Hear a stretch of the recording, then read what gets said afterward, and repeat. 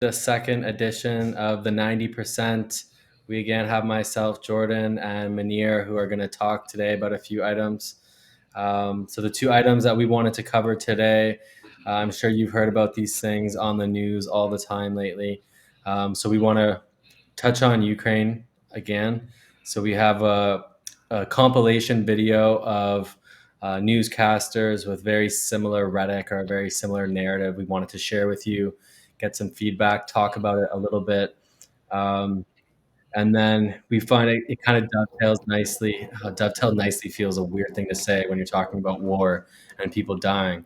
But we have the new kind of Israel-Palestine conflict. And by new, I mean renewed for the 50th time over the whatever your history. It's not a Absolutely, new thing. It's a renewed thing. So we want to talk about that a little bit, go over myself, Munir's perspective.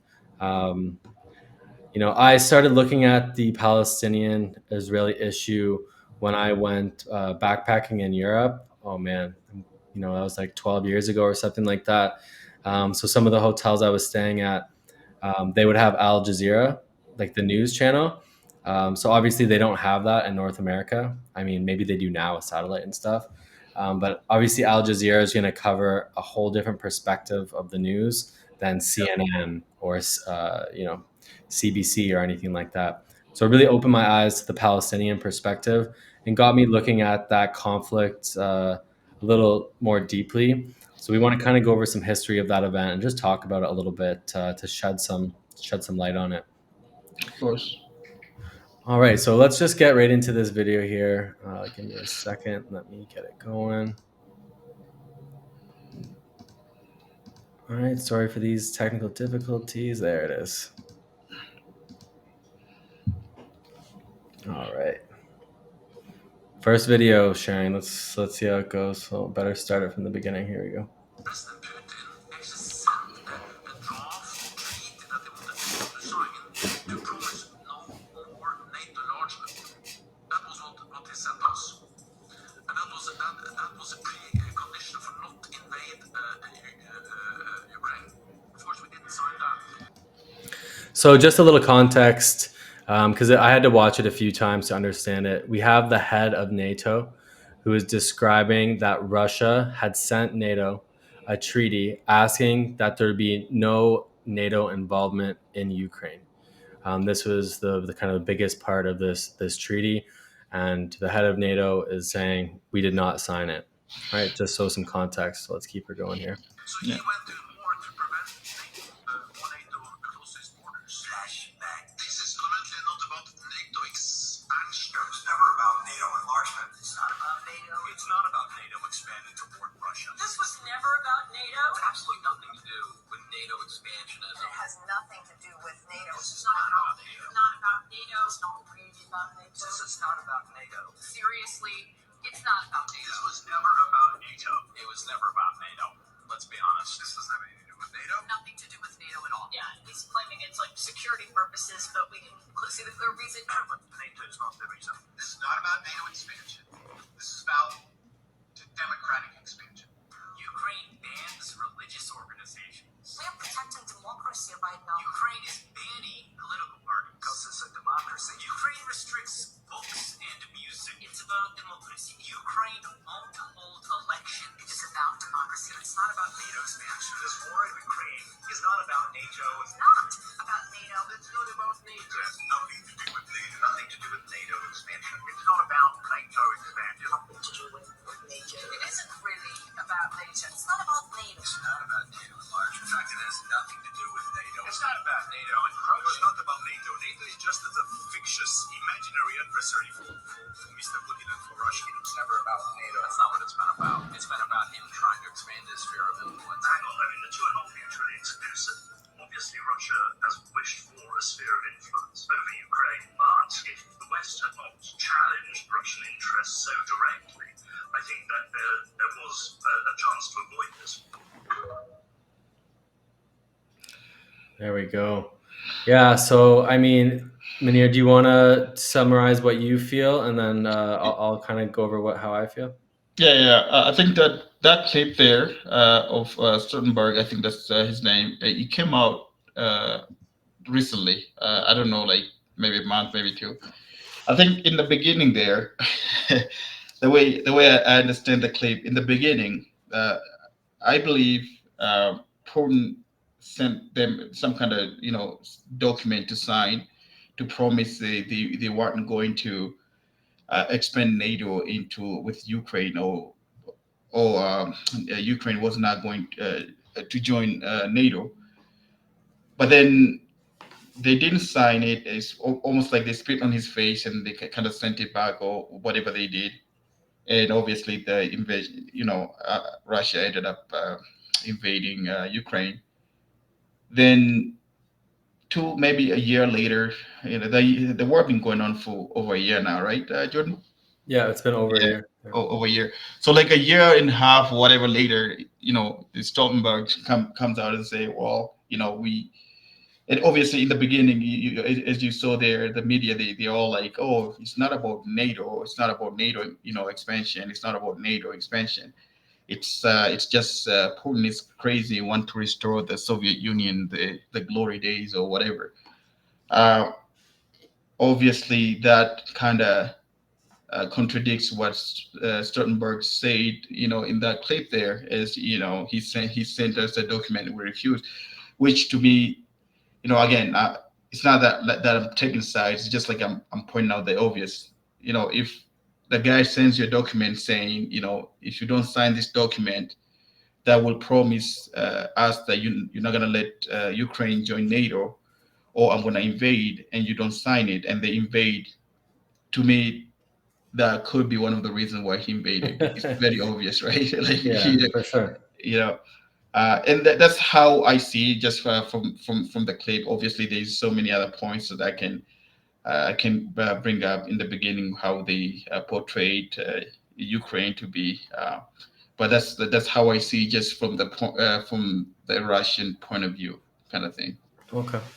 Yeah, I mean, I have a lot of similar thoughts. When it first came out, I think the big thing they were saying regarding the Russian invasion was to demilitarize and denazify Did the not. Ukrainian Yes, region. yes, Um, Now, like, maybe that's true. It probably is partially true, but I do think the NATO expansion would have something to do with it as well.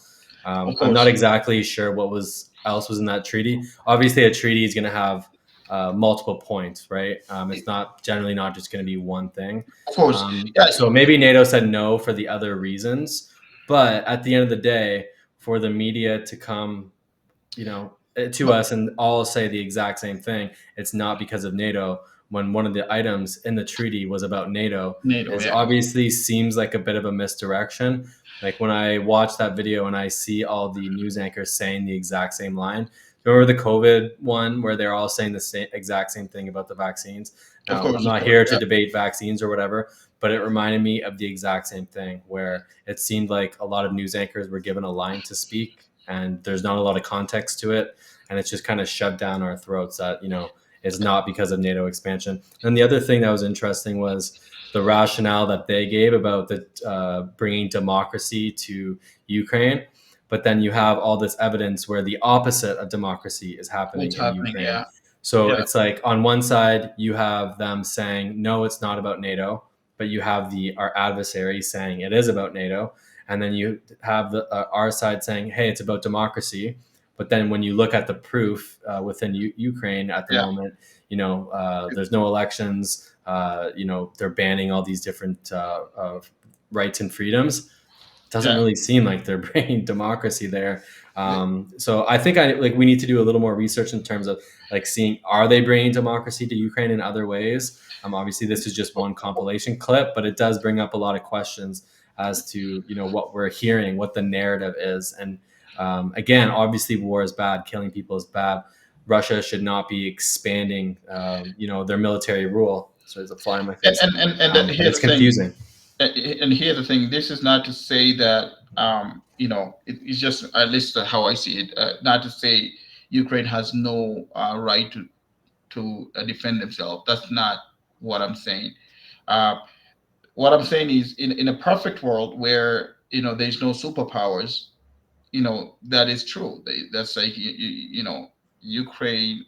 has a right to defend themselves, just like any nation, and that's I think that's according to the UN international law as well. Anybody can defend themselves if they were being attacked. So their struggle is legit. It's a legit struggle. But what people need to understand is with without the NATO expansion, probably we wouldn't be having this conversation right now. There's always that reason why it happened. You know what I mean? So Yeah, it's like absolutely. would Russia have invaded? We don't know that. To be fair, we don't 100% know that. But obviously, coming from the Russians themselves, and even I remember reading a news clip talking about even after the Russia had already crossed over into Ukraine. They were like 20, maybe 40 kilometers from Kiev or something, and all they wanted was that um, uh, all they wanted was that guarantee that Ukraine was not going to join NATO, and then they were gonna abide by the Minsk agreement. That's the other thing too. And then the Ukraine was ready to sign, and at the time the Britain Prime Minister Boris went in and said, no, don't sign that, and then we'll support you with weapons and money and all that stuff. And that's when Ukraine really start attacking the convoy that was like I think like 20 kilometers or 40 kilometers outside Kiev, and that's when the whole thing started going crazy.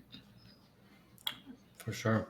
Yeah, well, it's like when one group is telling you something, and it's hard to say. Maybe Russia invades Ukraine anyways, but I Right. believe the context would be different, right? It would be under different circumstances. Obviously, if Russia is looking to expand, regardless, maybe regardless of NATO, they would have done that anyways. Um, but it's just more goes, to the fact of just listening to our adversaries. Of If course. they're saying, we would not like you to expand, it's like the Cuban Missile Crisis. Of course, Russia yeah. wanted to put In the 60s. missiles in Cuba, and obviously America had they did not want that to happen. To me, it's kind of there's a similar parallel. They don't want forces on their border, which you can kind of understand. Like you said, yeah, like Ukraine should have the right to try to defend itself. But I think the West needs to understand, when you get into these sort of arrangements, you're going to get involved maybe further than you wanted to. And again, at the end of the day, that involves funding Ukraine to kill people. It becomes a sensitive, very complex issue. And also too, like people need to start realizing, like I guess we're not meeting the minimum requirement for like spending requirements here in Canada. I think we're supposed to spend 2% of our GDP to NATO, but what I'm trying to say here is NATO is a product of the Soviet era, because at the time, you needed NATO because there was this other side, with the Soviet and whoever was part of Soviet.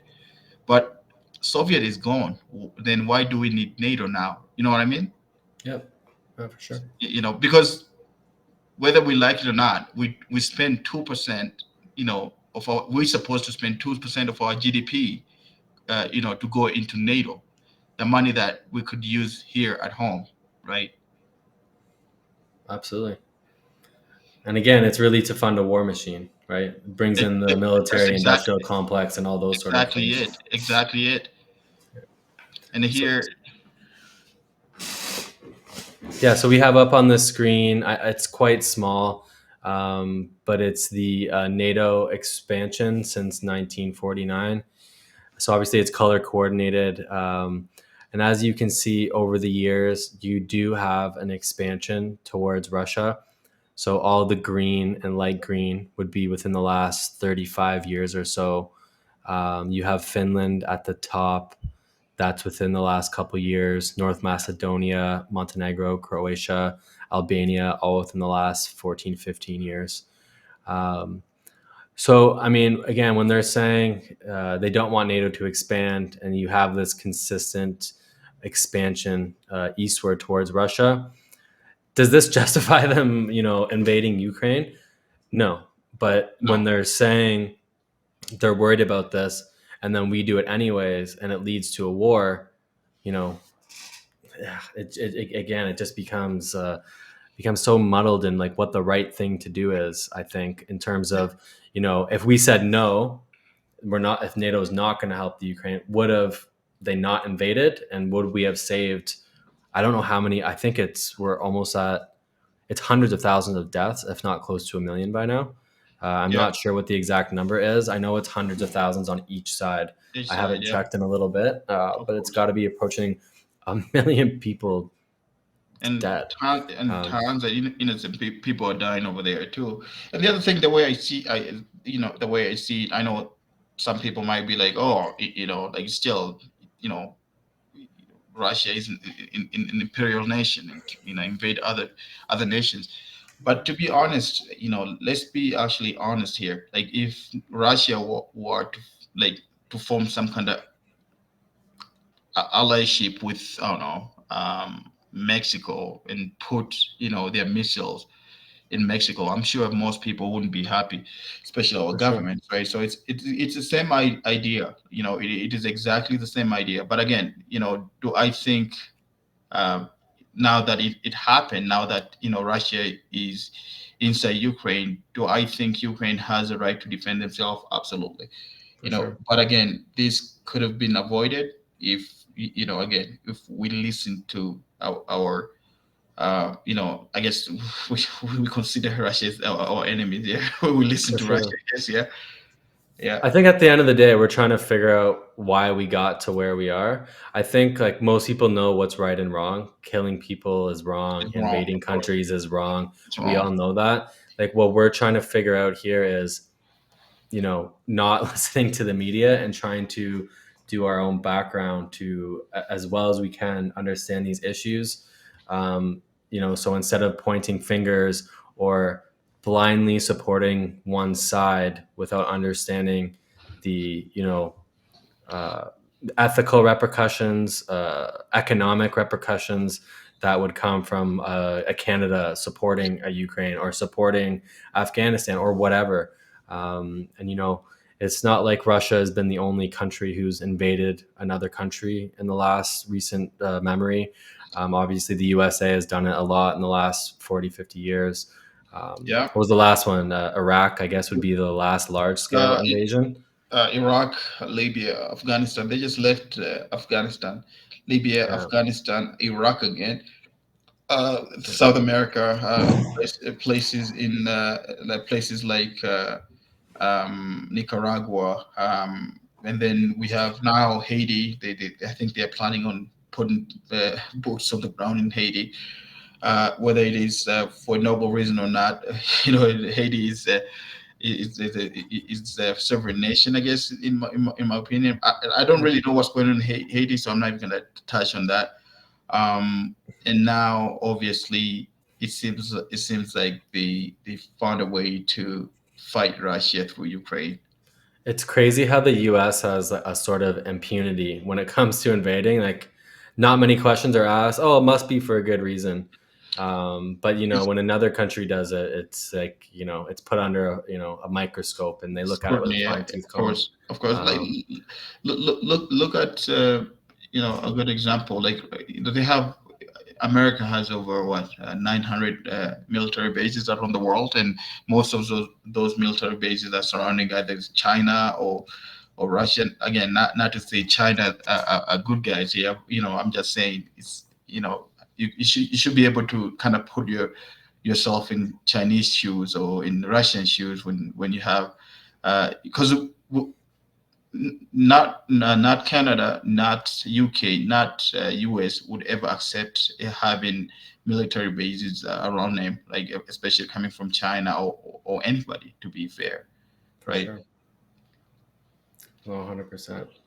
Um, it's one of those things where it seems like these are a result of the military industrial complex. It's, these firms, Boeing, Lockheed Martin, all these defense contractor firms who get an insane amount of money per year. And it's the same I don't know the UK ones, but I was looking at the UK's budget. They just gave a huge one to like a nuclear submarine, like 5 billion to like a nuclear submarine company. It just seems endless, and like obviously this money has to go to something. If it wasn't there, would these wars be happening? Of It's course, hard to say. like for example, right? When you join NATO, right? When you join, when a nation joins NATO, then your military, your all the defenses have to meet NATO standards. You know what that means? That means you're taking money out of your economy. You give it to because you're not gonna be the guy. Remember, you join NATO because somehow you are scared. You are scared some other nation, for safety, right? It's like a safety net. You're scared some other nation might invade you, so you want to join NATO to have the NATO protection. But NATO goes, okay, you spend 2% of your GDP towards NATO, but since you join NATO for protection, 90% of the nations inside NATO, guess what? They're not the one. They're not the weapons maker. Let us be honest here. They're buying weapons from US, France, Germany, and the UK, and whoever is at the top. So what you are really doing, like you're saying, you're feeding the military industrial complex. That's what you're doing, right? And right now they're making a lot of money in Ukraine. As you hear, even on CNN, they're getting rid of their old stuff. They're sending over their old stuff over to Ukraine, so they can get the new stuff from America or from the UK. So I don't know. This is crazy. For sure. I think at the end of the day, it comes to somehow us as a society deciding that we're done with war and we need to That's stop killing each other. But it yeah. seems almost like an impossibility at this point, But you know Like, why it is impossible though? Because whenever you say that, people are like, "Oh, you're naive. This is not no la la land, right?" But the truth is that thinking is what keeps the death or the killing and the war going. Because everybody thinks, "Oh, everybody's so paranoid, right? Everybody's so, oh, same thing with look how the argument behind the nuclear weapons. Think about it, like a nuclear weapon, couple of missiles with nuclear heads on them can destroy a continent, right? But somehow the way we justify having them is like, oh, is to keep the other side from bullying yeah, it's everybody, right? crazy. And it's just insane. We shouldn't Those things shouldn't even exist, you know Yeah. We can't trust each other though, right? Like we but can't trust Russia, we can't trust China, yeah, and well, those relationships are so fractured. It's yeah, like if but we got rid of ours, it's like you it's said, we're afraid it's going to happen. it's not by accident though. I don't believe it is by accident. I think it's somebody, somehow, someone, somewhere is purposely doing that. Like you and a Russian from sorry, you and a guy from Russia. Like I was saying earlier, like when you walk around downtown, you think, oh man, who's thinking about invading us? What kind of defense system we have? What kind of you don't think that till your government telling you, till the media tells you, oh, Russia had this missile, but before the media told you Russia got some kind of missile, you had no idea. You were just going about your day. Like just thinking, maybe thinking about shawarma or something. You know what Yeah, I mean? for sure. So till like you listen to the news or your politicians talking about how bad China is. I'm sure in China they do exactly the same thing. I don't. I'm not giving them a pass.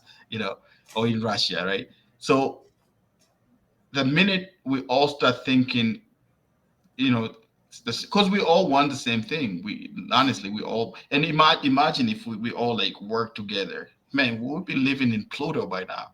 but, but somebody has to come up with something, to make sure you hate some guy you never met before, and that's I honestly think it's going to take some sort of I don't know what it's going to be because obviously it's in the future. But one civilization is just going to become so powerful that everyone will have to listen to them, It's and already is hopefully in the US. they'll have. Yeah, but that's not the truth, right? They go and pillage every single corner of the earth for True. resources they want. Of I course. mean, like almost like a truly all knowing civilization. Who knows how this could happen? But to me, like they would have to be able to like disarm all the nukes like that. Come in and say, guess what? Try to nuke each other. We turned them off. Go ahead, try to do it. We turned them off. Yeah, Right? Something like this where they take away danger from everyone. So there but can be a society that's not afraid of each other. true. I know, true. It is possible. Who knows, right? But you need some adults, yeah, people with level head, like people, like with people with actual brains. Most of our politicians don't have brains. Let's be honest. Let's go with Joe Biden to Putin. You know, they're there For for sure. whatever, but they're not humanitarians. They're not smart. They're there to like beat up their chest, just like For our sure. men are, right?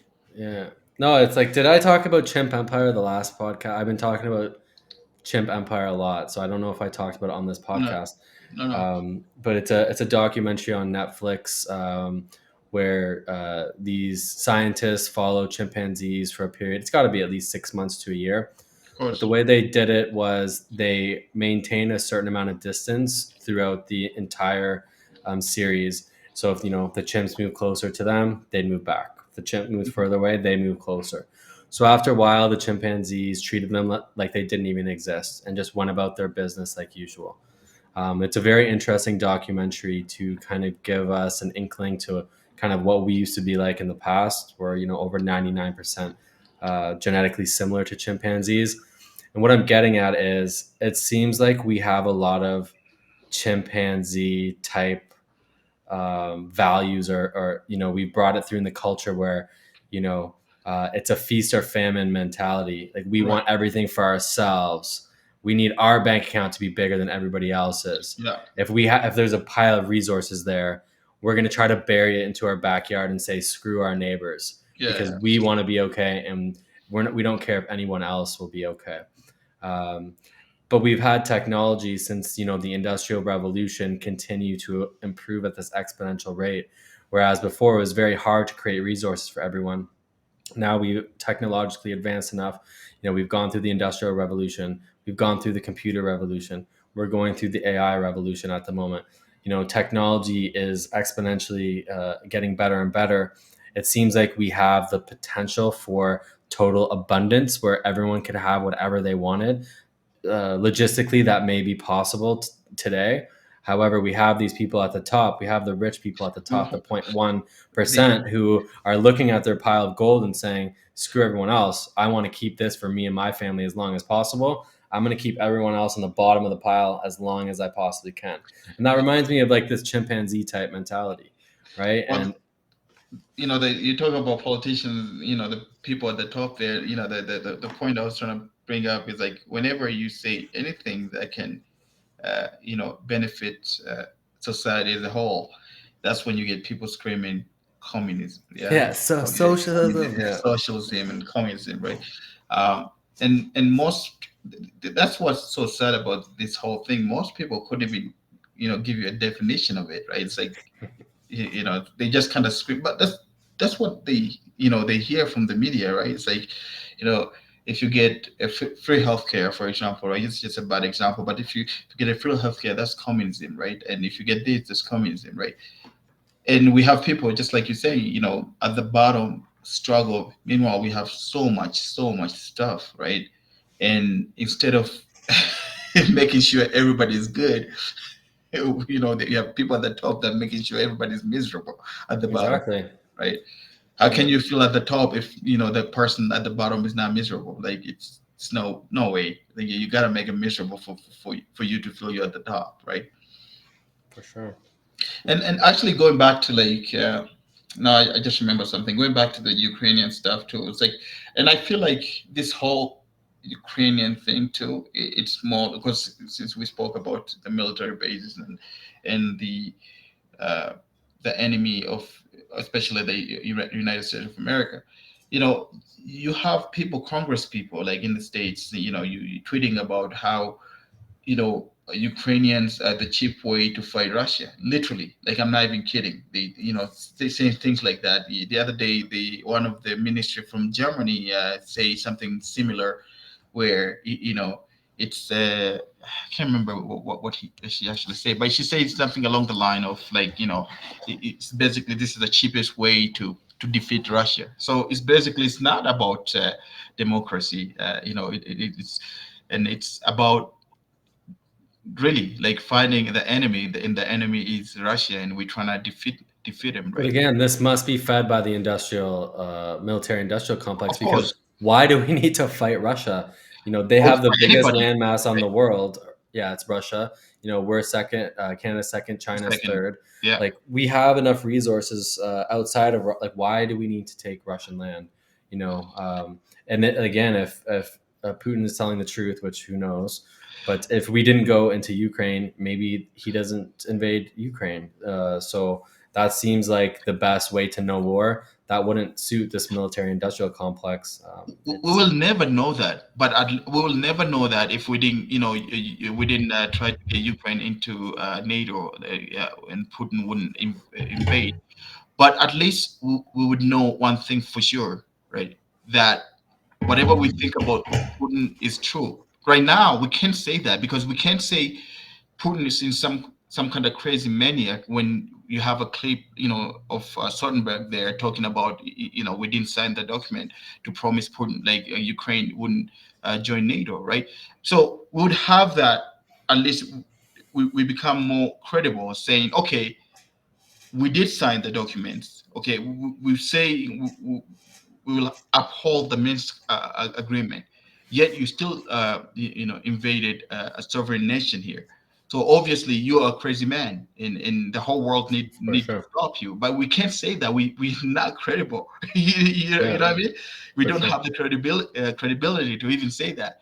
So we're gonna resort to saying, "Oh, we'll never know." But the truth is, we don't have credibility.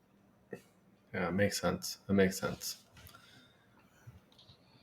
All right. So, any last points on Ukraine? I mean, I think basically what we're trying to say here is, we've summarized how it's hard to trust the media and what they say. It seems like, and another thing I noticed about the compilation we showed, it was CNN, the left. It was Fox News, the right. MSN. It was literally every the Young Turks. Like, it was so many different news affiliations saying the exact same thing. Yeah. Um, and again, I still think Putin's bad, and we should still be discrediting Putin. And obviously, it's atrocious what he's doing. Um, but that doesn't give us carte blanche to make these huge decisions without thinking them through critically. And that's what we're trying to unwrap, I think. And the other thing too, the way things are going in Ukraine, for every, like, almost every source I ever looked at, or every expert that even the people who are pro Ukraine I've listened to, it's not looking good for Ukraine. So why prolonging the misery? You know what I mean? Why Yeah, not? more people are Why, going to die. exactly. One, if Russia can say, okay, we're gonna,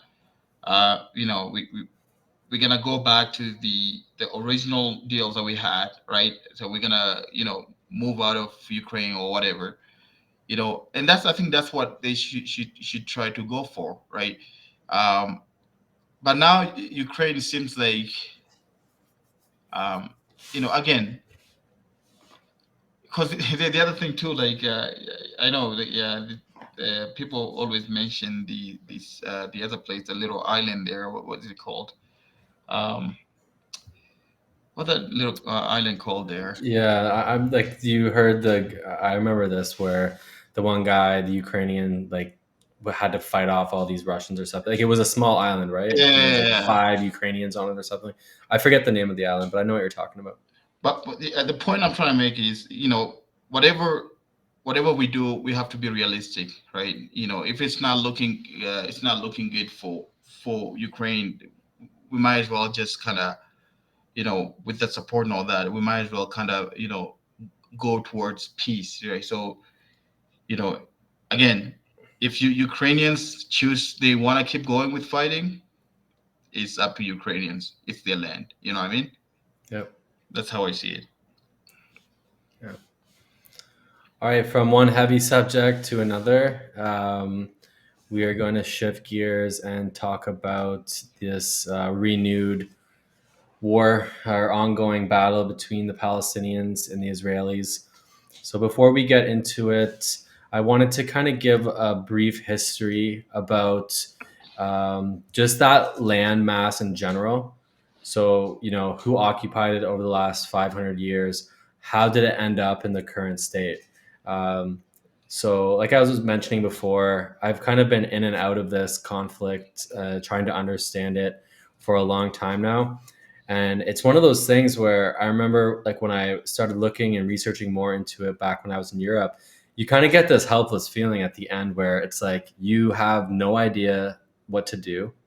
It seems like, there's nothing like an individual can really do to change this. It's almost a matter of fact. It's how the world is. Um, and every time something comes up in this region, it seems like you have a lot of support for the Israeli side. Obviously you have the Palestinian people who, say refugees or people who have left Palestine. I went to school with a few Palestinians. You hear their side as well. But I want to say that the majority of the support is for Israel. And there's not a lot of consideration or perspective building that's done for the Palestinian side. Would you agree that that's kind of been your experience as well? Yeah, I think the narrative is mostly from the mainstream media, right? It's like, and I've seen the transformation actually, because I've been following Palestinian situation. It's very dear to me, to be fair and honest. I have really good friends from Palestine. And then, like, to be fair, my dad lived uh, under the British colony, I guess. Because yeah, my where I'm from, like, my country was uh, get got out of colonialism or whatever. It's still kind Yeah. of we're still kind of under colonialism, but it's a different way. But we had our, they call it revolution in 1964, and so my dad was born in the 50s. So when my dad was young, he was pretty much under British colonialism, right? So I can understand the fight. I can understand the Palestinian fight based on how things turned out for them. Do you For understand what I sure. mean? And And would you say that you've mostly come across people who are pro-Israel? Like, is because that your experience? it's because it's mainstream, right? It's mainstream because the Israeli has a lot of lobby groups, and they're all over in North America, in Canada, in UK, and everywhere else. Also, and it's the reason why it's the only. I feel like it's the only nation right now that can commit as much as uh, human rights violation and still somehow be For be able sure. to uh, not get sanctions or anything else, right? So but there has been I've seen like a little bit of a transformation on how things are presented even within the mainstream media. Things are Okay, so is changing. it like more It pro becomes Palestine that you no, see? no. It's more like the people are calling they're calling the mainstream media out for being biased. So they try, but at the same time they keep their bias. So they try to put it in a way that it doesn't seem too biased, but it's still Okay. biased. Yeah. Like, but they, I've seen transformation where it was more like the terrorists. They go and kill innocent people. Now it's like the framing is a little bit different, but it's still bad. It's still a long way to go. Till I guess Sure. till what I would say till Palestine is free. You know, and people will keep fighting to be fair. And then I think they have a lot of young people, because people are become more aware of what's really going on, right? It's like the images online, the information being shared online, so people are becoming more aware, of their struggle. For sure. To me, it's crazy how racially charged this subject is. I go on Reddit a lot, and just the amount of pure racism and hate that I've seen on Reddit is just It's like, it crazy. sucks. Like, it's like, I Crazy. wish things like this didn't exist. And it's Crazy. like, Yeah. it's just so blatant. And, you know, it just, But people don't look into things. And again, it kind of derives the need for this podcast, that like we need to go further than headlines, and we need to actually look at things and understand them and try to research them, so we don't have these crazy opinions that drive us to racism and to and and these and feelings that we that's shouldn't have. that's it, right? Like, honestly, like, I would challenge anybody to think this way. Anybody. I'd say, if you hate somebody, if you hate, let's say, Russia, ask yourself why. Like, be honest. Like, be honest to yourself. Why? Like, why? Because Putin, they're invading Ukraine, that's bad. Exactly. And then ask yourself, why? Where did you hear that? CBC on the way to Exactly. school, Exactly. in the Toronto Sun. I saw an article. My uncle told me at Thanksgiving, everything I hear is Like, negative. honestly, like, be honest with yourself. Like, at least if you're gonna hate somebody, be honest. Like, be honest to yourself at least. Don't like be like, oh man, because they're this. No, no. Like, be honest. But okay, why you feel that way about them or about that person? Like, but you gotta be really honest to the core. Uh, and here's the thing. Like, for us living in the West, right? Here's the thing. For us living in the West, I can tell you this because uh, even if you Jordan, think about it, the movies you watch, right? Thanks to Hollywood, all the movies you watch the last 30 years. I guess it wouldn't be 30 years. It would be like, I don't know, the last 25 years, right? Uh, who has been the bad guy? And look at different eras, different time, right? For example, look at uh, from 70, Yeah, 70 to like 80. in Yeah, Rocky, it was the Russian. Exactly. So Yeah, we started with Vietnam. Remember those movies about Vietnam with the Commando, whatever? They were all like Vietnam-based movie, and they were all like somehow Vietnamese were the bad guys, right? yeah, Like, and it's a movie. To you, it's entertainment, but to somebody, it's programming you. yeah, Literally, they are programming you. They're writing how you think. for sure. You don't even know, and it's to Yeah. you, Well, it's that's what culture does, right? Culture exactly programs you for better or for worse. for worse. Exactly. So all it does, it's why you think the movies are that way. Think about it. In the 1670s, it was the Vietnam War. So the movies were making the Vietnamese were bad people. And then after that, in the Gulf, in the next war, I think it was a Gulf War. Guess what? The Arabs became the enemy, right? The whole bad guy changed. He went Yeah, from went from the Vietnamese. Sorry, and then the Russians. At the same time, the Russians were yeah, bad guys. yeah, Where do you think you get excuse my language, shitty Russian, fake Russian accent people make in the movies? yeah, From the movies. yeah, Sure, a Russian guy might sound that way, but it's a terrible accent that people make. But that accent people you copy and you imitate, it came from the movie. You didn't hear from a Russian guy speaking English. Most people never met, a Russian guy from Russia probably.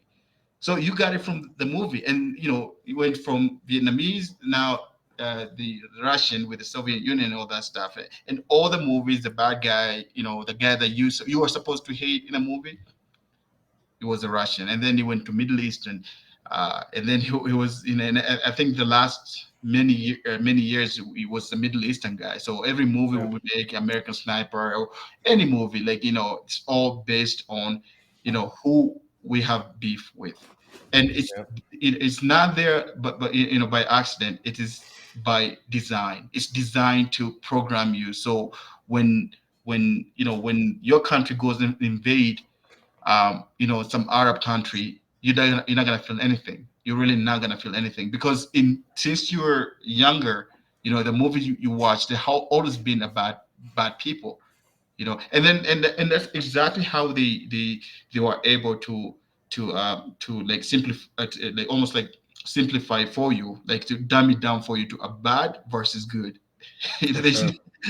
like Yeah, it's absolutely. more complicated than just bad versus good, right? But it's like they kind of, the bad guy, the those the Soviets or those Middle Eastern, those are, they're out there just killing each other over religion, right? But it is so far from the truth. Like it's if Yeah. and that's how I think that's how the reason I brought this up. That's how it is framed. It's been framed in the media, and Yeah. unfortunately, the Palestinians are from Middle East, and the Middle Eastern they speak Arabic. So I can share gazillion pictures of baby, missing limbs because of the bombs that been being dropped over their buildings or their houses. You'll never feel a thing, right? But and I'll tell you, this is the difference between Israel or the content that you see, about Israeli children versus um, the the Palestinian children. The way, when you see, I watch content from both sides to be honest, and I see content from both sides. It's mostly on TikTok. I feel like TikTok is where the news is these days because there's no filters. Like, you get everything. Yeah. So I see both sides. The way the Israelis, the way it's almost like to the way sometimes it feels very fake. It almost feels like it's like how you manipulate somebody. Because the reason I'm saying this, like, again, I'm not trying to attack Israel. I'm just saying what I see.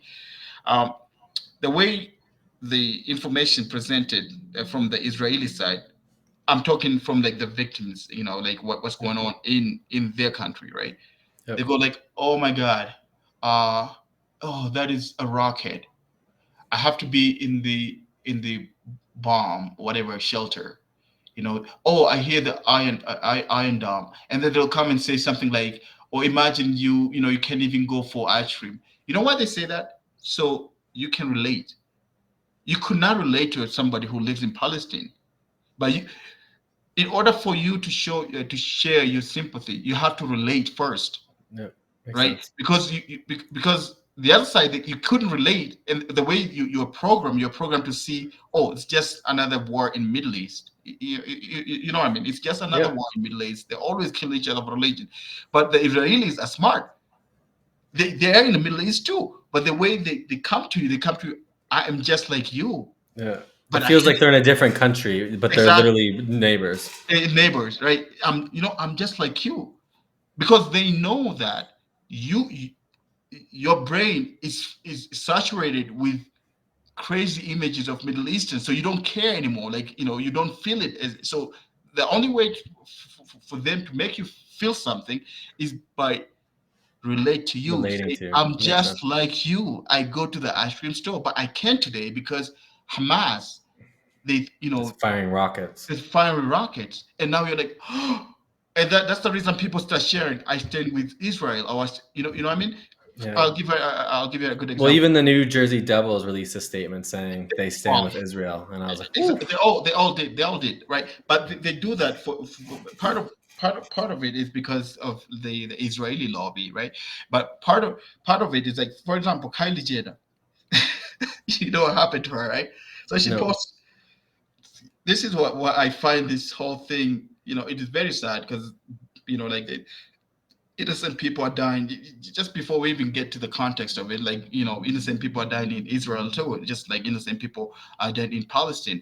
But what happened with the Israelis that 3 days ago is what has been happening with Palestinians almost every month for 50 years, yeah, for the 75 years, for the right? years. So the point I'm trying to make, go back to Kylie Jenner. Kylie Jenner posts, "I stand with Israel," right? And then she gets backlash. She removes it, and then she gets backlash from the other side, from Double backlash, good. yeah.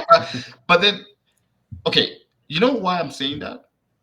Because this is why when people just share again, because the way the reason she shares because she feels like they can relate to Israel. Like I stand with Israel, I can relate to Israel. It's like they're just like us.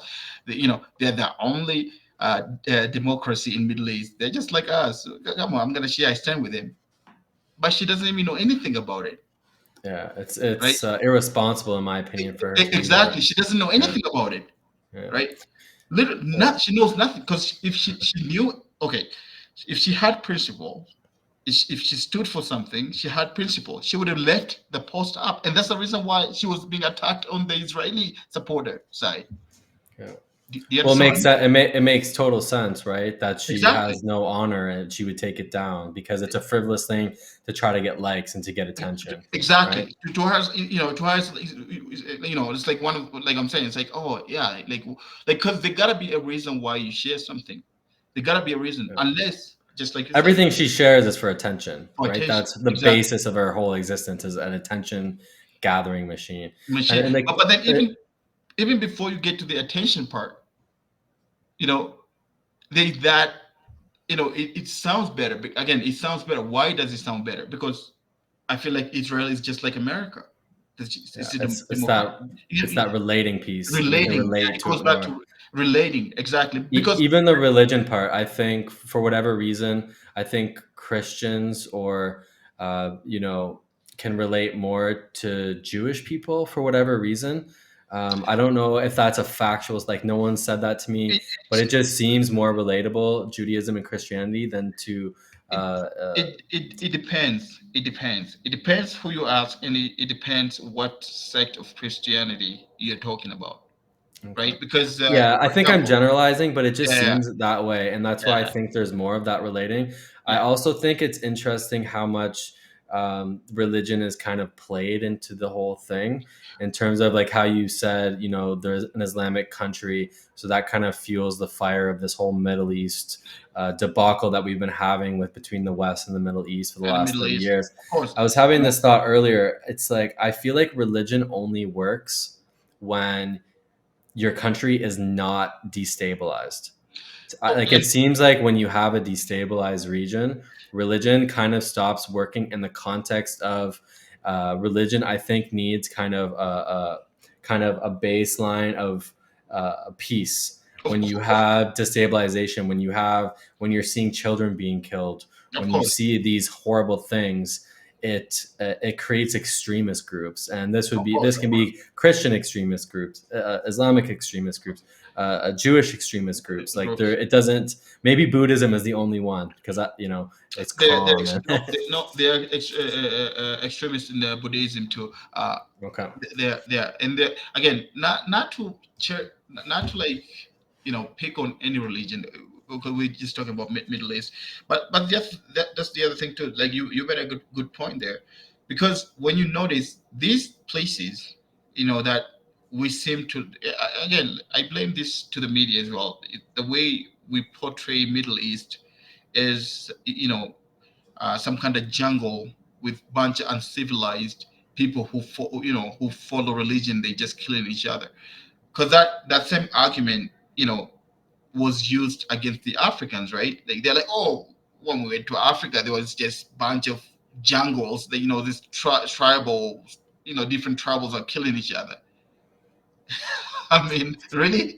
Like that's it. So same thing here in Canada, right? Oh, when we got here, it was just bunch of, it might be true, but that's no different than you, when United States tried to invade Canada, just a neighbor, right? for Just like sure. what, in 1800s, right? It's Well, even the American Civil War was in the American, exactly. 1860s, It's and no you had the different, South versus the North. Like exactly, because they're the same peoples. it's a product of having human. It's a human nature to fight, right? Now, Yeah. going back to the point which is a good point, by the way. When you're talking about, you need a stable foundation for. It is true what you're saying. It is true because when you look at places like Iraq, Sure, they had, you call him a dictator, whatever, like it's not like, like he wasn't my president or anything. I'm not Yeah. Iraqi. I'm sure, like, it's, some Iraqi would agree with me, and some wouldn't. But Iraq was stable. Iraq had Shias, right? Yeah. They lived together with the Muslims. Now they're attacking each other, right? But before, before Saddam was killed, Iraq Shia and the Muslims were getting along. Christians, as a matter of fact, Iraq, they used to have, to the north, I think to the northeast or northwest. I apologize if I'm not getting this right, but obviously the people who are watching, who are of Iraqi Jews, would know this. They had Jews living in Iraq, I think to the northwest. So they had all these people living together in harmony, and then you stabilize the country. Look at Libya, right? In Libya, they got Al Qaeda in there, right? Yeah. And before, Libya was literally the most modern nation in Africa, in the In whole Africa. Africa, Yeah. Yeah. right? In the whole Africa, they were number one, and then South Africa, right? So the argument there, you brought, like, religion, it needs, a base, that's stable. Yeah, that's true, because everybody thinks usually anyways, people tend to think my religion is The uh, best. is the best, or my Yeah. religion is more correct. But that's human nature. Just like right now, I think if you remove the law, and if you remove the the police and all that stuff, I feel like we'd have the same issue, where, you're a lefty, you're a right wing. People would fight over that. I do honestly believe people would actually kill each other if you For are to sure. remove, you know what I mean? Like, Yeah. if you're to remove the law itself and say, okay, you are just lefty, you're right, because people are Yeah. already doing that, right? Like, Yeah. people, how many people, don't talk to each other because, they think, oh, you're a lefty, you must be some liberal I don't like. And you're right. And people are actually getting more extreme with that stuff these days. Yeah, You for know, sure. Well, we talked about last podcast how people are. It seems like they're shifting uh, some of the models they attach to most from religion of more course, to towards political affiliation, and that's yes, why you see all this butting heads and all those sort of things. yeah, absolutely. But like, even sorry, even going back to like the Palestinian issues, people think, oh, it's another religion conflict. It is honestly not. Like, there are people. Now, myself, I would love to go there, but like, I'm not a journalist, but I would love to go. I don't think I Yeah. can get a permit to go down there. And actually, I would actually go down there and show people how people living. But I follow people, what's the name there, Abby Abby Martin. Martin. Yeah, Yeah. Abby Martin. I've followed her. I've followed her documentaries. Yeah. There's another Jewish Canadian that does interviews. What's his name there? I follow him there on YouTube. I watch his, and he's very good at asking questions on both sides as well. They don't they don't like him there because he asked the tough questions, and he asked the Yeah. tough Exactly. questions on both sides. There's another woman, beautiful woman, uh, that I follow, Kim Iverson. She been there. She's showing people what's really going on For in sure. the occupied Palestine. So there are people out there that would actually show you. They're on the ground that would show you what's actually going on there. For sure. It's all And over YouTube. If you want to find the information, it's there for you. It's more, you have to go looking for it. You you need have to go backpacking in Europe to see it, to, educate yourself on it, to then dive deeper into it. Because, into I it, mean, of course. there's so many issues today. It's hard to know what to focus on and what you need to dive into. Yeah, Because that's like I was saying before, it required me going to a different country to get news from a different source to kind of enlighten me what's going on. And Abby Martin was part of the kind of rabbit hole that I went down in terms of like actually seeing boots on the ground, someone yeah. with a video camera Cameras. going through these areas, asking people questions, Yeah, and getting factual proof from human beings. Human being. Not a white newscaster with blonde hair with No. blue eyes describing to you, a narrative from 5,000 miles away or Wait, whatever yeah, it is. absolutely. Yeah. And so like this Israel Palestine was my first, what was I, 22, something like this, was the first issue that I looked at where it was so obvious who was in the wrong that I could not believe that this was even a thing. And it took me a while to get there. I had to read about the history of Palestine. I had to read about the history of Israel. I had to watch all these videos to come up with this perspective. But at the end, it'd be very hard pressed for someone to really be pro-Israel in terms of the context of this ongoing battle with Palestine. I'm not saying Israelis are bad people. I'm saying in the context of this war, which is probably mostly driven by politicians within Israel, I'm sure the average Israelite, I forget what the term is, Is probably does Israeli, Israeli. Yeah. yeah, does not Israel. want to be in this war, No, right? no, Like there's like no. the average person is good, right? Like I just can't see that anyone would want to would back something like this. So okay, so I want to go through these points because I really want to frame how Israel and this conflict kind of came about, because I think this sort of timeline really shows you how new this conflict is in terms of 100 years seems like a long time, but in the context of the human civilization, 100 Of course. years is Yeah. what, 2 generations, not even. So it's Yeah. a very quick snapshot. And, And and, then and and that's then the we'll reason. talk a little more about it. And that's the reason why I say, I say I can relate, because I said my dad. Yeah, my dad was under the British uh, colonial. I guess I'm saying it right. Uh, They were uh, under British rule after the yeah, First yeah, World War. exactly. Yeah. Yeah. So So basically, so I have some notes here. So Greater Syria was a major region of the Middle East until the turn of the 20th century. So basically, there was the Ottoman Empire, yeah, and that started in 1516. So, like, obviously, over 500 years ago. So the Ottoman Empire ruled Greater Syria, which was a plot of land that, I believe Lebanon is part of Greater Syria, Jordan. Jordan, part of Egypt. It's a big chunk of land within the Middle East. And just for some context, this part of the Middle East is kind of the hub for the supercontinent, if you would call it, of Europe, Africa, and Asia. So a lot of trade had to go through this area. It linked Africa to Europe and Asia, and it also linked Europe to Africa. So there was a lot of trade routes through this area. Yeah. Part of Palestine is on the Mediterranean Sea. So there was a big shipping hub, even railroad hub later on. So basically, what happened was during the First World War, the Ottoman Empire, which obviously again included Palestine, Israel, all these other countries, Yeah. was a part of the Central Powers. So part of Germany, Hungary, kind of the Axis, the enemies of the Allies. So the Mhm. Ottoman Empire was a part of the enemy that fought the Allies.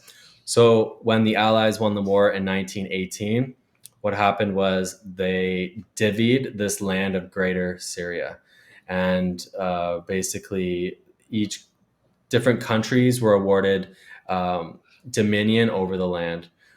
So I think it was Syria and Lebanon was controlled by France, and Mhm. then Palestine, which was the southernmost province of Greater Syria, was given to Great Britain. Great Britain received Palestine. I think it was something to do with the trade routes through India. They wanted to maintain these trade routes through India. Um, so in 1918, as you've alluded to before, your grandfather was under British rule. So from 1918 to about the end of the 1940s, it was under British rule. Um, so obviously, I mean, you have an area of land that's given control to a totally different culture, entity, country. That's obviously going to destabilize the region firstly, and create conflict. Um, because from my research, Palestine was a huge trading hub before they were given to Correct. Britain. They created railroads to Jordan, to Egypt, to different things. Because of their location, they were important geographical location for these trading routes and all these different things. Because of these trading routes, it brought a lot of industry to Palestine, and it was a country that was growing economically, and that had a lot of potential for the future. Yeah. And so then, until at the end of the Second World War, um, Palestine was again divided. And I'm gonna bring up a slide we have here. Share screen just to give people an idea of what this looks like. All right. So you see in 1946, this was the province. It was the province of Palestine when it was a part of Greater Syria. The country of Palestine was created in 1918 when they divvied up Greater Syria, and the British had rule over 1946 until 1946, and then we had the land distributed. Basically, there was some sort of accord where they were supposed to treat Arabic and Jewish people fairly. They were supposed to be treated evenly. And some swaths of land were given to Jewish people and some were given to Palestinians. And by the way, just to remind everybody here, these people lived in peace, even under the British rule. The Christians, the Muslims, and the Jewish people lived there together. Uh, keep going, Tejan. Yeah, yeah, for sure. So in 1948 was when the state of Israel was created. So, Israel is not a very old country, right? It's only from 1948 was the state of Israel created. And this sparked the first Arab-Israeli war. So Yeah. this war took about a year and a half or so, with Israel winning, but it did mean that 750,000 Palestinians were displaced, and the territory was divided into three parts: the state of Israel, the West Bank off the Jordan River, and the Gaza Strip. So you see that on the UN Plan 1947. That was after the war, I believe. That was the distribution of land. So obviously, you see, a massive amount of land switch from Arab or Palestinian hands to Jewish hands or Israel's hands. Um, so over the following years, tension rose in the region. So there was a few more issues. So Egypt, Jordan, and Syria all signed a treaty to try to protect themselves against Israel. They were afraid that Israel would expand into the region. So they decided to sign a treaty with each other. And there's been, there's been wars in this region pretty much since that time. There's been a lot of destabilization. Like, if you think about it, it's like this land was distributed to other countries and destabilized for a long period of time after these world wars.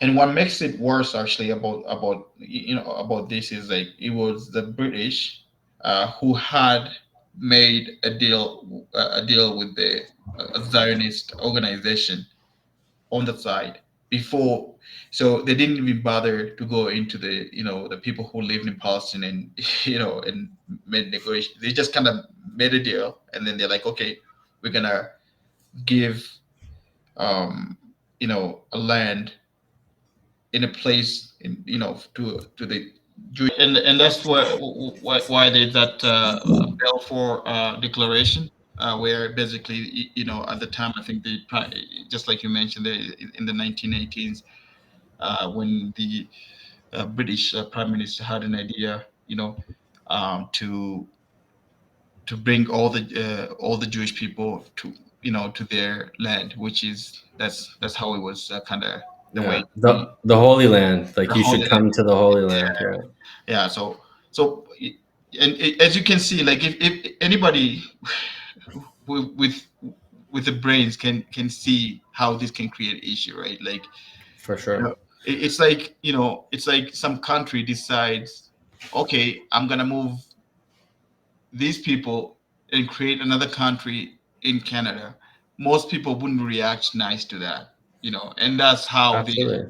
they ended up having that, the war, um, Jordan was mentioning there.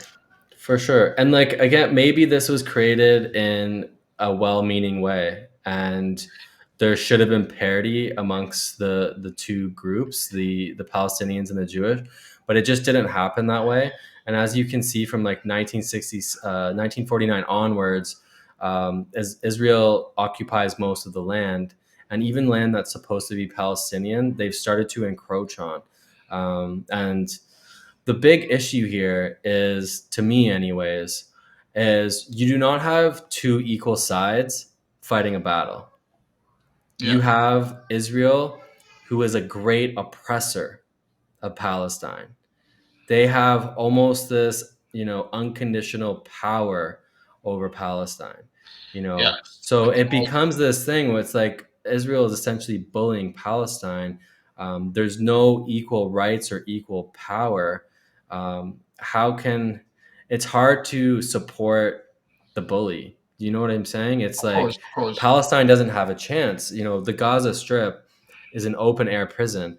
A Palestinian cannot enter and exit the West Bank without going through Israeli checkpoints. Checkpoint. Yeah. Um, like, this is not how a citizen should live in their own country. And again, when you have this destabilization, like Hamas kind of makes sense.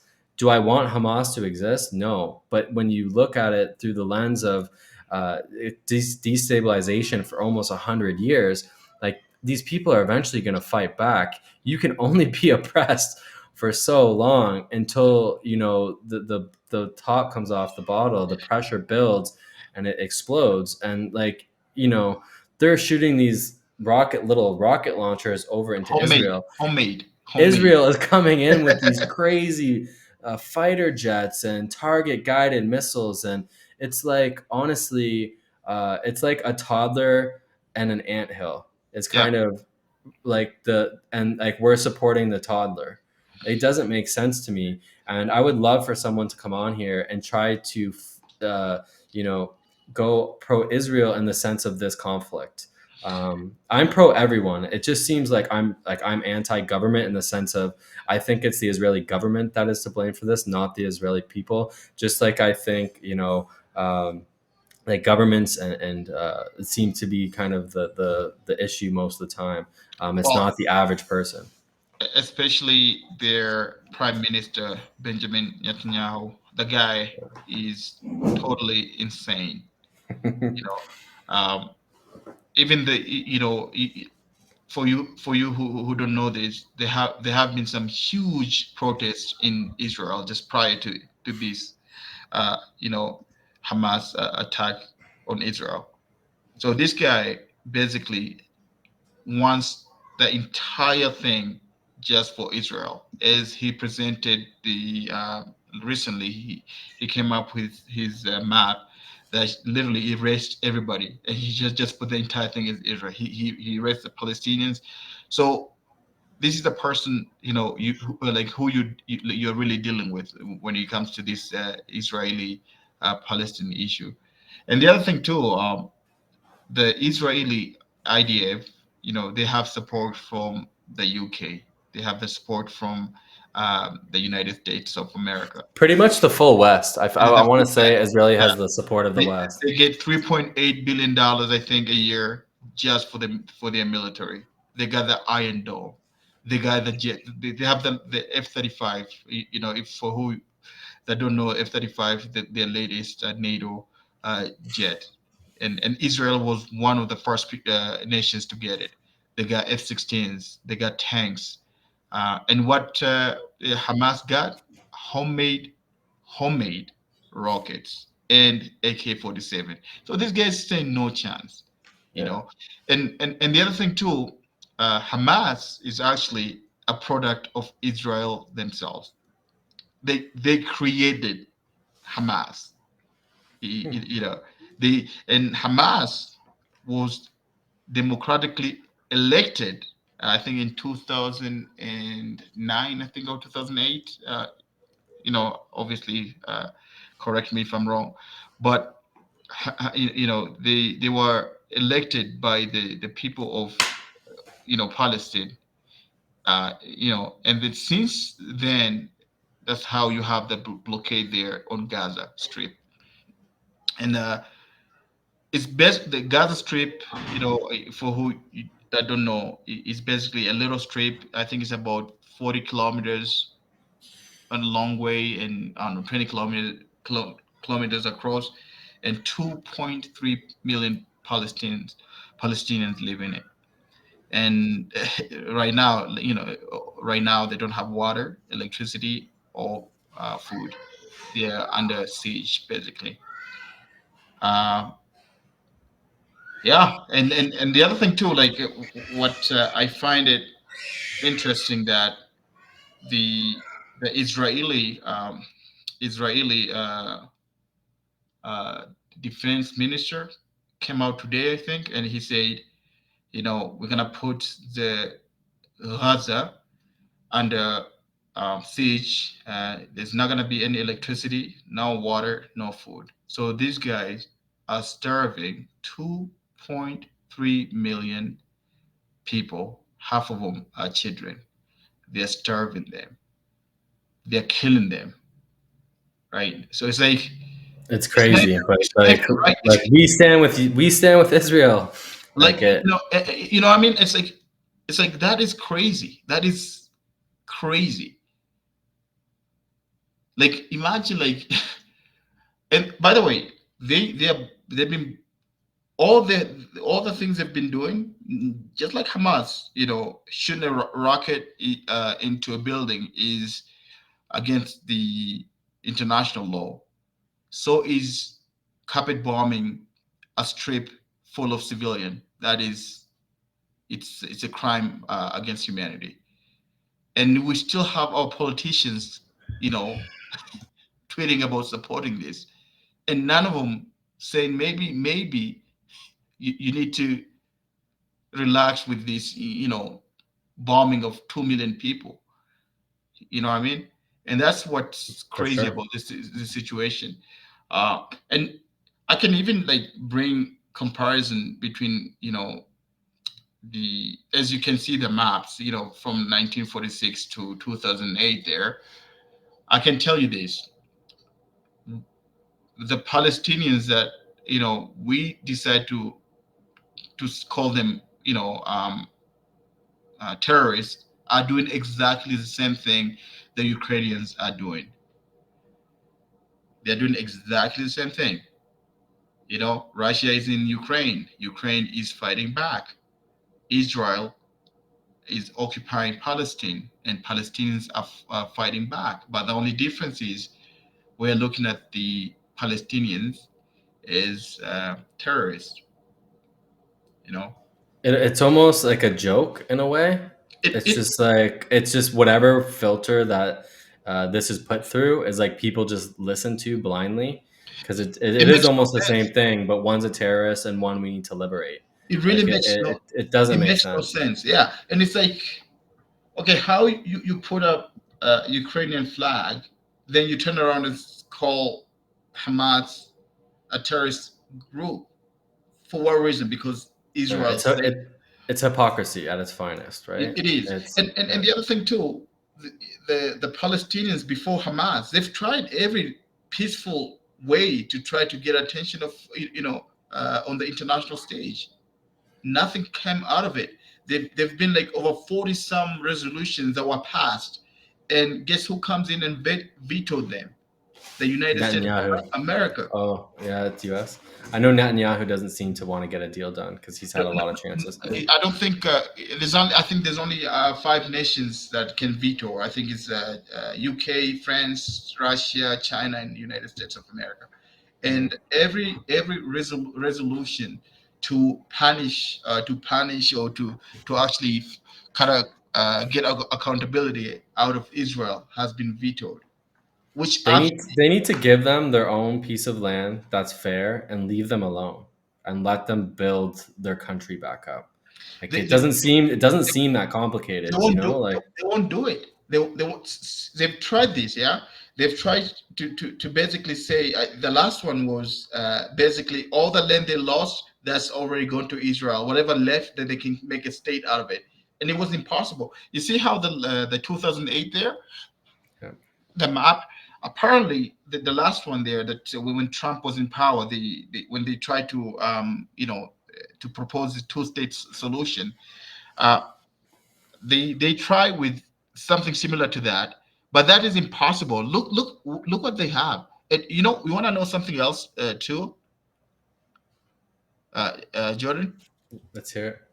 So because you know how we mentioned 750,000 people were pushed out of their homes back in the first war there. Yeah. None of them are allowed to return back to their land. But if, let's say, if you marry an Israeli, or if you have any Jewish blood in you, if you can trace it back and prove that you are Jewish, you can move to Israel, no issue. That makes And no that's how you, sense. and that's how you have those settlers. Most of those settlers are guys from New York. These guys with the American accent. These guys. I doubt these guys speak any. I guess they speak Yiddish or Hebrew.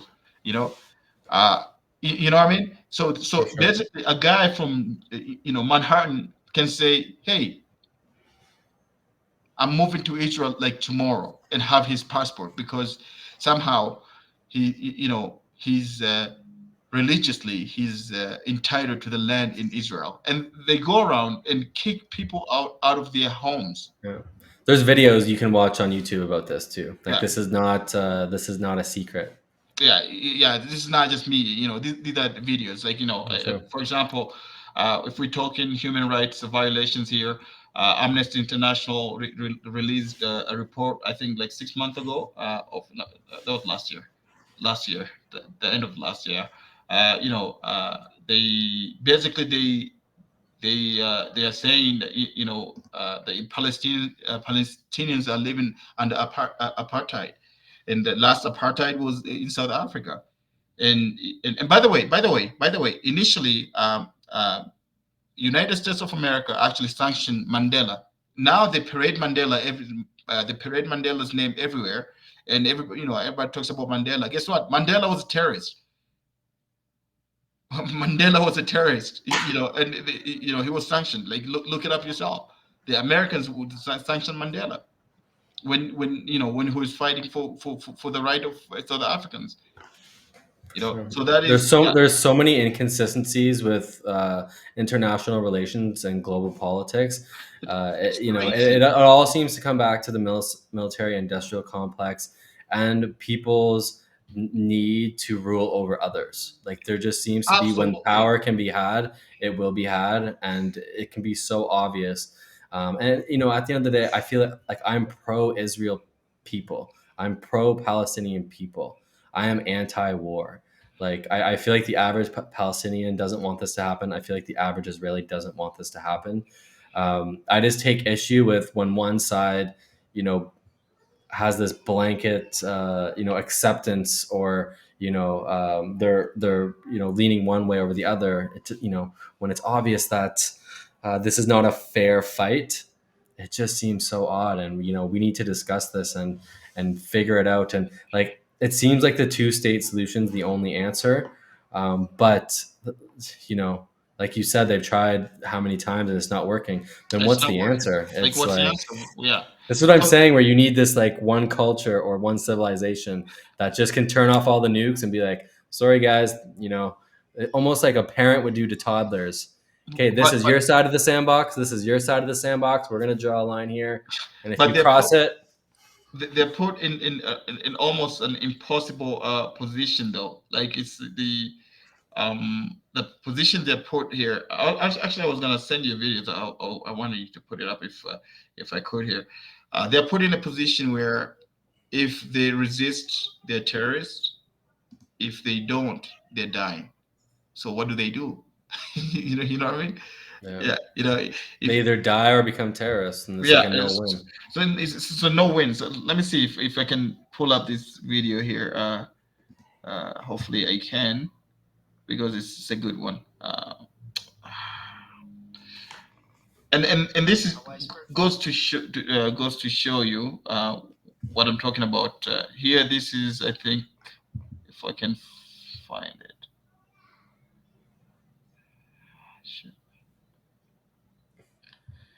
Uh, Maybe this one right here. Uh, I'm gonna send it to you, Jordan, and see. Okay. Hopefully, you'll be able to put it up. Yeah, show me. Uh, yeah, and this is On Facebook or I oh, sent you yeah, there it is. on Facebook. Uh,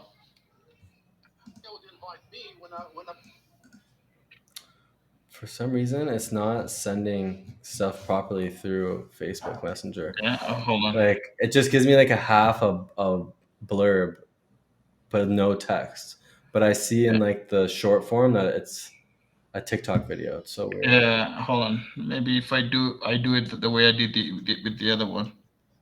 Hopefully, this is a one though. It's like Facebook doesn't want you to share Yeah, TikTok videos. and they do that. That's the reason why I hold on here. Let me see here. Cause it could be that I hope that's the long one there. But that's But going back to what I was saying, it's like, what are they supposed to do? They can't resist. Um, they can't do it in peaceful way, and they can't live in peace either. For sure, it's being stuck in a pretty hard spot. I mean, it's a lose-lose situation. And this is insane. Something else. Okay, here I got it. I I think got here we it. go. Okay. The media would invite me when a Palestinian, when an Israeli is harmed. But why wasn't I invited to discuss the murder of a Palestinian boy or girl only in the last 48 hours? Why is it always when Israelis are harmed? Now, this is also about how this whole conflict is perceived.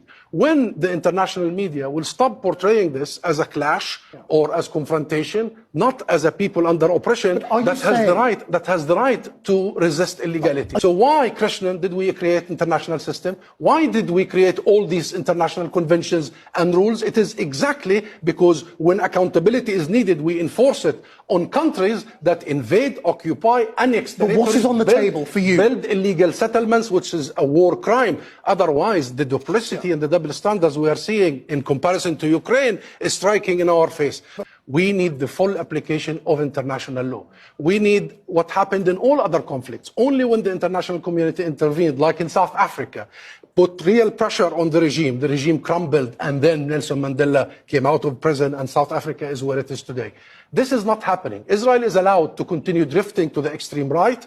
Now you will have a situation whereby if the international community does not intervene immediately, if the media does not give the Palestinian people the right, according to international law, to resist the illegality, if we don't frame it in the right way, you will invite me again and again to talk about the consequences, to talk about the symptoms, but not the illness. Yeah, that's like so illuminating, right? It's kind of everything that we're talking about. Like we were saying earlier, people think this is such a complex issue when it really comes down to a superpower country oppressing a smaller, not well equipped country. And like he's saying, it's we need to focus on the international law aspect. But when you have Kylie Jenner and the New Jersey Devils saying stand with Israel or whatever, it becomes so confusing. No It's like context. the complex part is wading through all the bullshit. Like Yeah. that is the complex part. Once you get to the truth, it seems very obvious that you have someone, a country, oppressing another country and acting atrociously. Something needs to be done about that.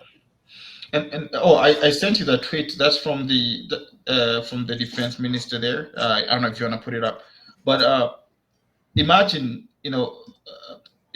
think about President Putin say that the same thing, just switch it to you know, imagine if the President Putin say the same thing and switch from Palestine to Ukraine. How would the same, Justin Trudeau, how would uh, Joe Biden react? How would the media react? Right? That's crazy.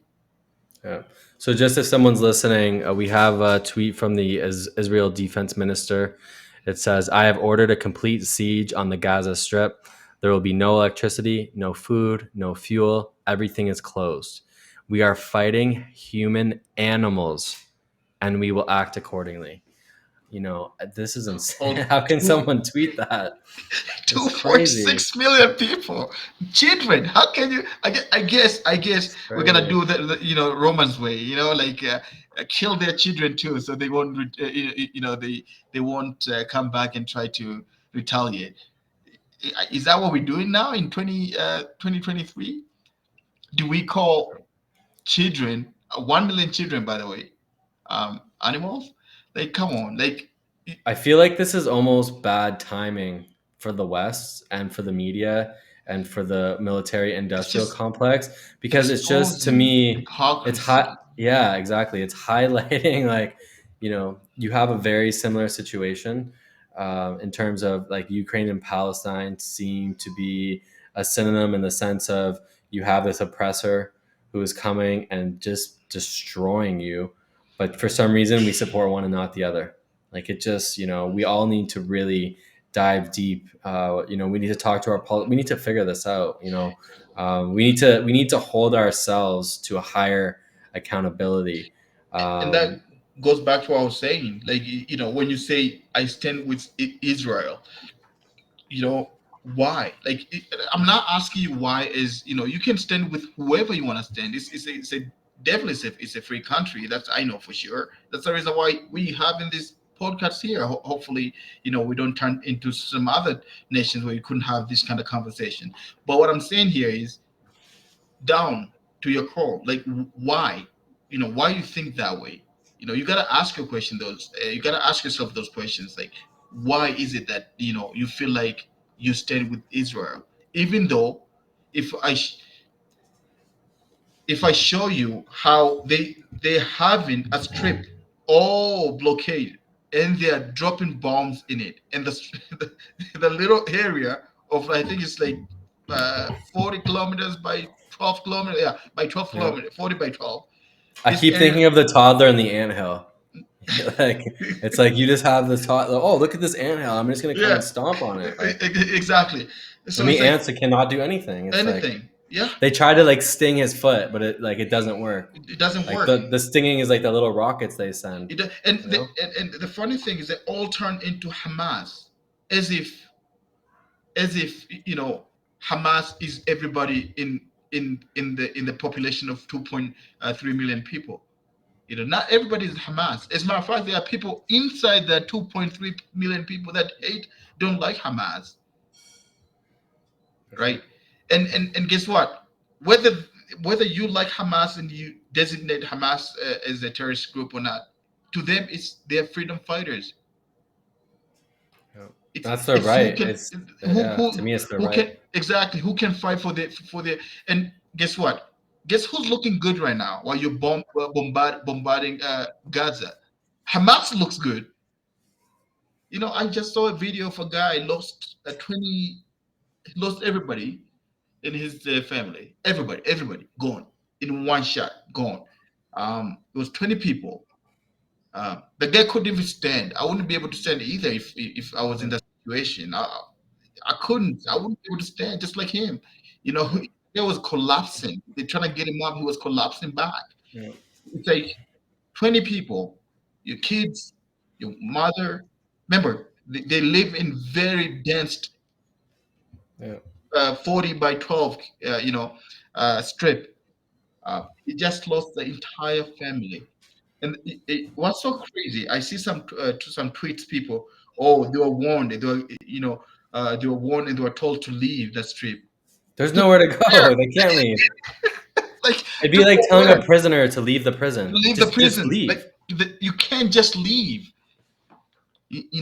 Like, but this is, it's like it's not it's not like you can be, again, this is just, obviously is a discussion, but unless your heart is dead, you'd say, somehow you'd say it's okay for somebody to blockade, to stop food from going in, to stop medicine, to stop.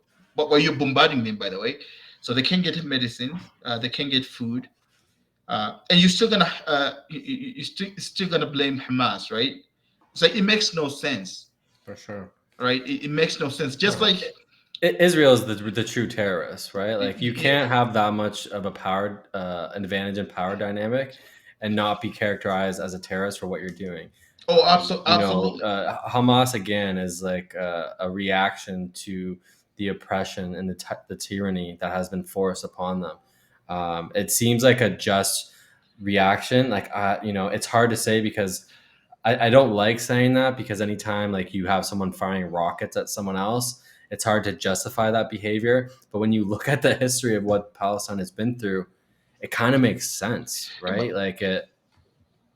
it's the same. Okay, maybe even if you were to, let's say, to dumb it down, right, and say, okay, imagine, right, imagine you have a house, right, and then somebody comes in, um, you have a house and somebody comes in and say, you know what, I'm gonna take your house.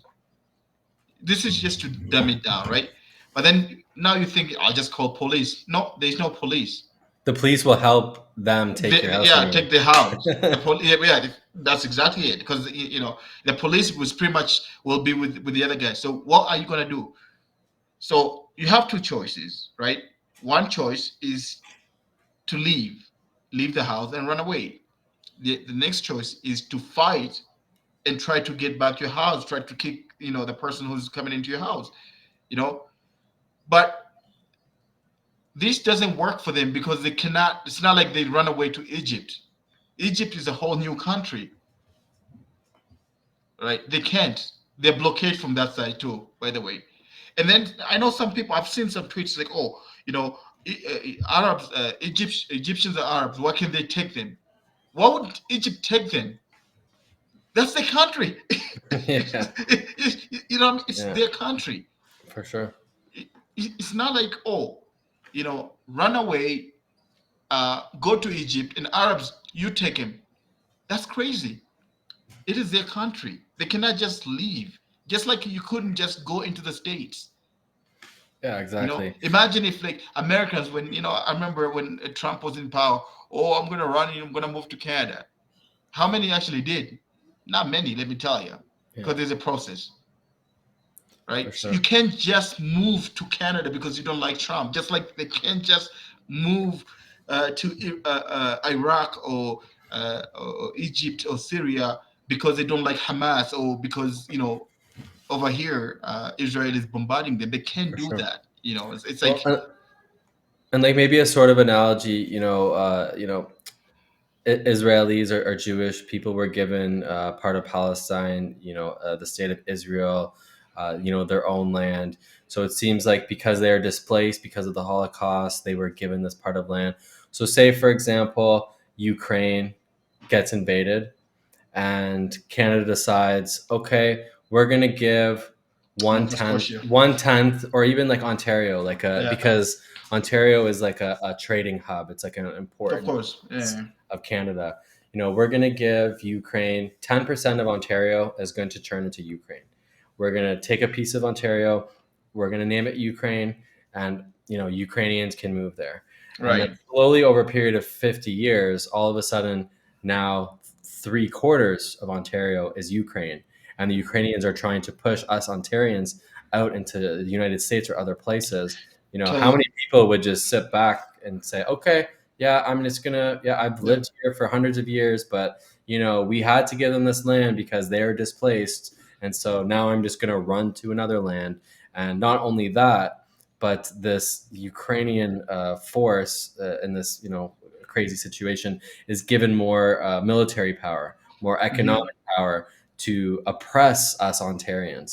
Of Like, course, how long would we put up with that? That's pretty much what Palestine has gone through, in it my is going opinion, through absolute. from what I know right now. And And I'm open to hearing other ideas and whatnot, but that's just what it seems like to me.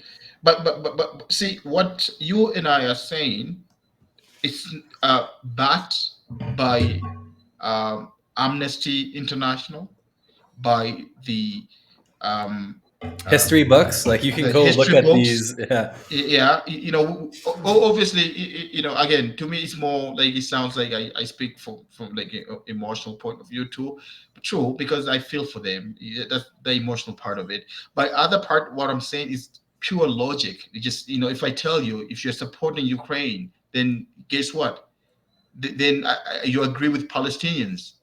If you, unless you're supporting Ukraine because again you didn't do the thinking why you're supporting Ukraine. yeah, The which most truth. haven't. Exactly. Because if you actually really thought right in your heart, right in there, like this is the reason why I support Ukraine because I believe in, uh, you know, sovereign state or whatever your reason you come up with. Once you really, not because you watch took 2 minute clip from CNN and now you somehow you're screaming Slava Ukraine or whatever. I'm talking about you actually thinking as a human, why, should Ukraine fight for their land? And you're like, okay, this is why I support Ukraine. Then probably you're aligning with what Palestinians are going For through. sure. And I've seen that the other ones too, which I find very interesting. The other arguments, because I've seen many arguments on this, but what we're saying here, again, that's the international law. What we're saying is basically straight from the UN, straight from Amnesty International, straight from the the non-for-profit Jewish organization here. I'm not so. Before you start screaming, in your head, start screaming anti-Semite. No, there's nothing anti-Semitic here. And by the way, if you don't believe in Palestinian rights, you're anti-Semite because they are Semites as well. I know the word Semite is almost like it's dedicated or exclusively to the Jewish people. No, It seems like it. Palestinians are Semites. So I didn't know that. Ethiopians are Semites. There's Wow. Amharic. They speak. The Jewish people are Semitic people.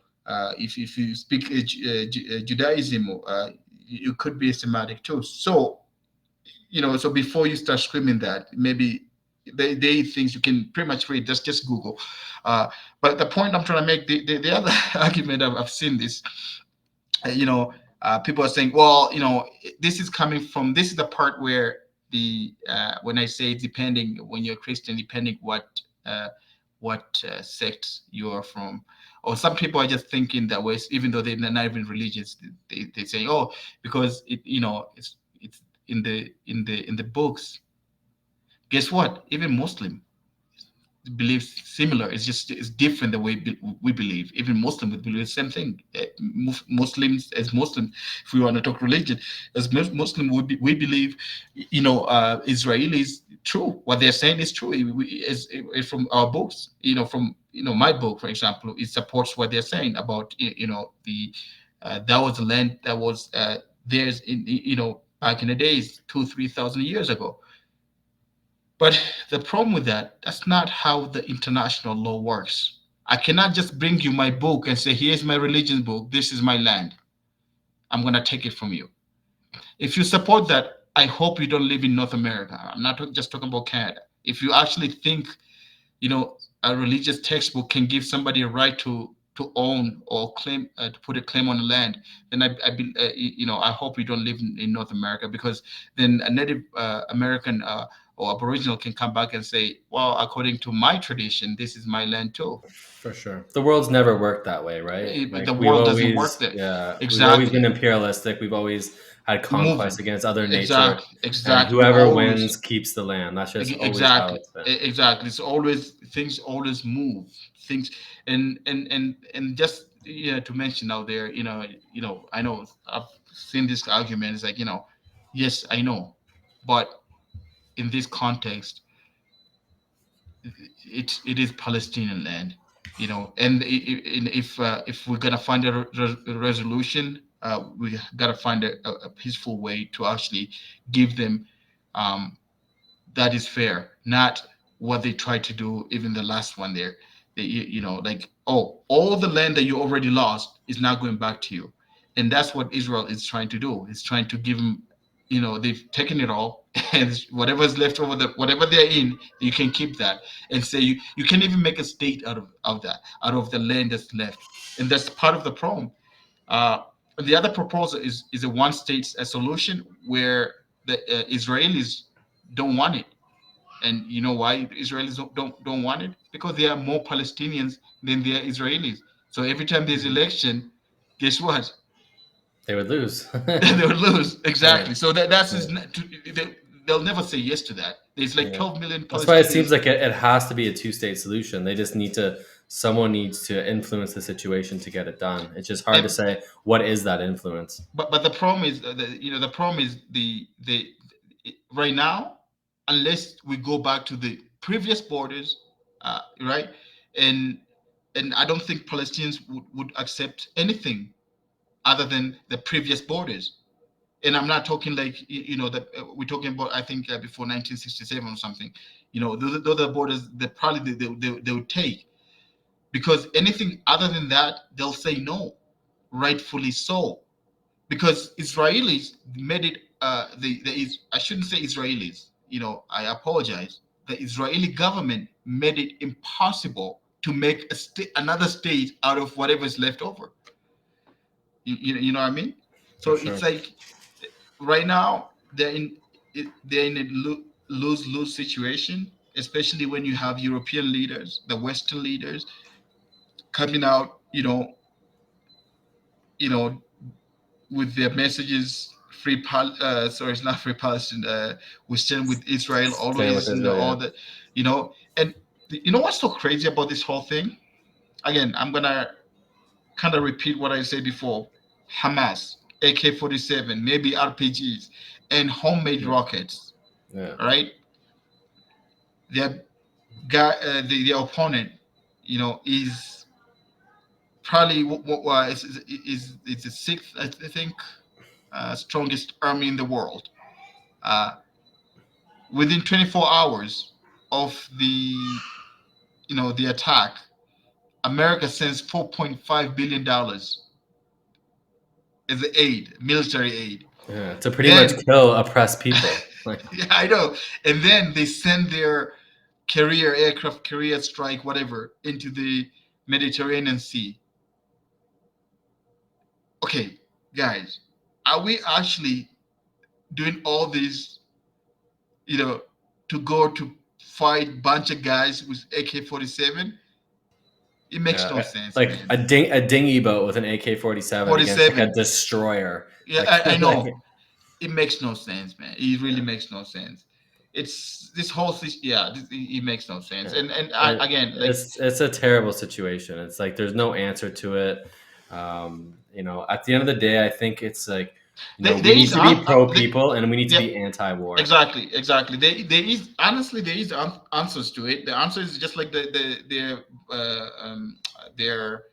um the ambassador say there. Go back to the international law. Yeah. It's not that complicated. Go back to the international law. But laws seem like they're only followed if it's convenient for the people in power, right? It It, just if it's not convenient for them, they're not going to follow it, well, right? that's the reason why America, United States of America invaded Iraq. The whole thing was illegal. That was an illegal invasion of Iraq. For You sure. know, again, I don't want to sound like I'm anti-America. No, these are facts. I'm not saying anything that's not actually truth. You know, Libya, the NATO, that was the NATO invasion of Libya. Look at Libya now. They've, It's in ruins, totally destabilized. they, they have slave trade in Libya. You Crazy. know, in 2023, we still have slave trade in Libya, in a country that used to be number one in Africa.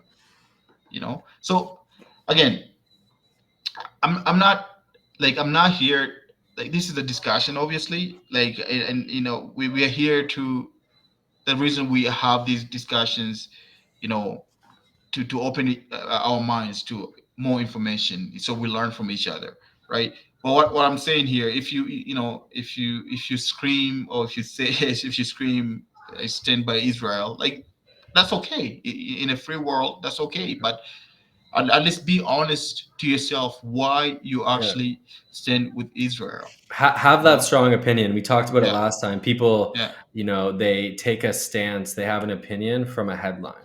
yeah. Like if you are going to take a hardline stance, especially something as important or as serious as this, you need to be able to stand behind your words. You need to be Yeah, able to understand yourself. You need to be able to be articulate. You need to be able to deliver a point. And if yeah. you can't do that, then you need to, hit the reset button, go back to the drawing board, and kind of redraft your opinion. Of And course, again, that comes absolutely. back to the critical thinking aspect of it. Um, Holy, okay, we're almost at 2 hours. Wow, I it's think been it's probably yeah. that, Holy moly! that went by pretty fast. It feels like Yeah. 2 hours, eh? I think we've hit a good point here to Yeah, wrap it up. absolutely. Excited for next week. Yeah, The bad thing about being excited for this is, our content is kind of focused on some dark stuff, but in my mind, it's not, life's not all about watching sports highlights. We need to kind of yeah, focus on some important things, and there's a lot of sports highlights to watch on TV. I feel like there's not a lot of people delivering this sort of content where Canadians are having these sort of discussions. So, discussion. you Yeah, know, hope we absolutely. keep doing this. Hope keep unraveling things. Like to have some guests on sometime in the next couple of weeks, and keep building this thing out. And if you have any topic you want us to touch upon, you know, I guess you can email us. So, Yeah, suggest on YouTube or on the comment section. We'll yeah. look into it, do a little bit of research, and we'll talk about it. For sure. Even if people have some good counterpoints, like obviously you and I seem to fall on the same side about war in general. The Ukraine Russia peace, the Yeah, Palestinian Israeli peace. I don't think we're going to agree on everything, but here we do. So it would be nice to have maybe some ulterior points to look at, some YouTube absolutely. videos that we could broaden our perspective. Maybe we're missing something. Yeah, We would like to bring that to light too. Yeah, yeah. No, that'll be that'll be great. Yeah, if you want to come on the show, if you're versed on some topics and you want to come on the show, I'm sure we can obviously make that happen for and sure. see how we can do it. Awesome. All right. Thanks so much for tuning in, everyone. It was great talking with you. Great talking with you, Munir, and I look Oh, forward to the absolutely, next time. always. Sounds good. All right. All right, everybody. Take care. Have a good Take one. care. Bye. Bye bye.